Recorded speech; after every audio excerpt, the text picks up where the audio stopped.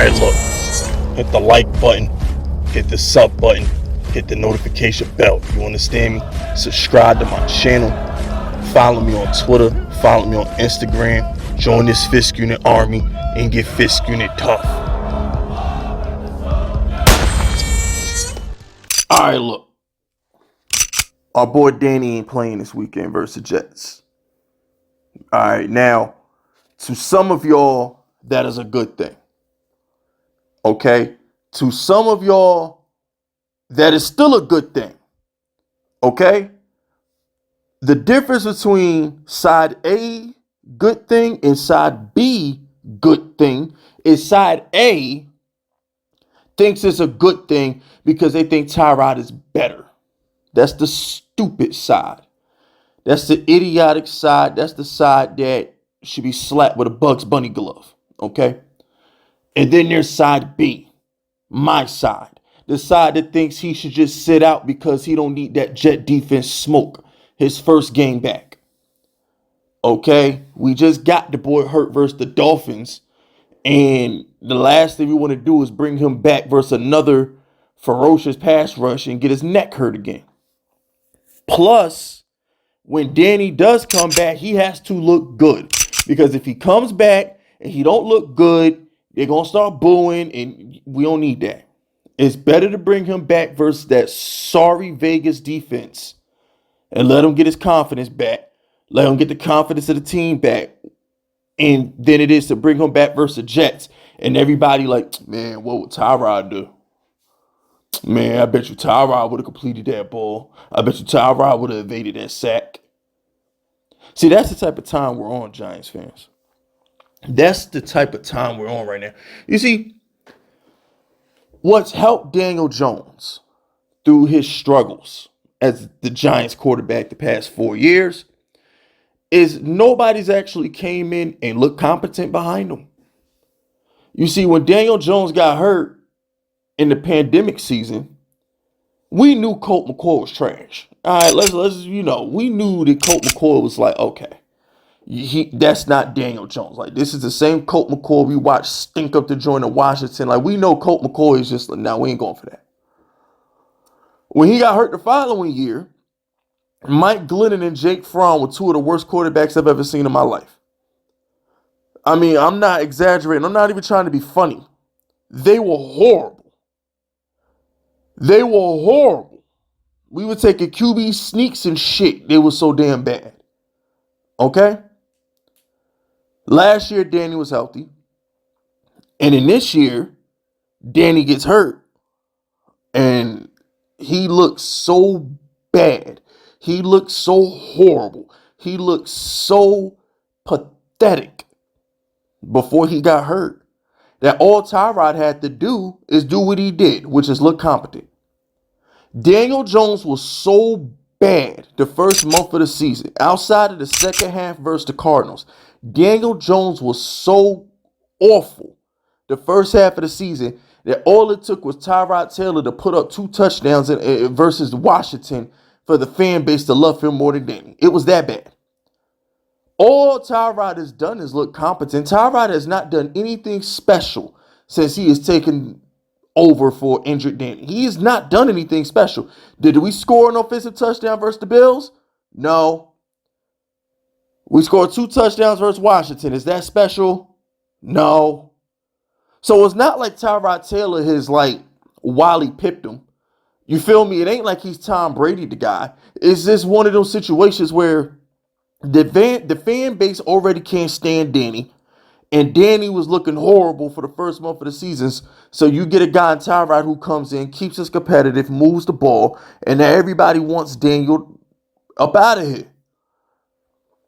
Tyrod Taylor has not looked anywhere close to as good as what Daniel Jones looked like the second half of that Cardinal game. The second half of that Cardinal game is the Daniel Jones that got that $40 million contract. That's the Daniel Jones that beat Minnesota in a road playoff game. That's the Daniel Jones that I call the anointed one, the chosen one, the one who fell from the sky to deliver us from evil. Tyrod Taylor can't touch that, Danny. He can't do that. But this motherfucker that we saw the first half of the year, The first quarter of the season, that motherfucker garbage.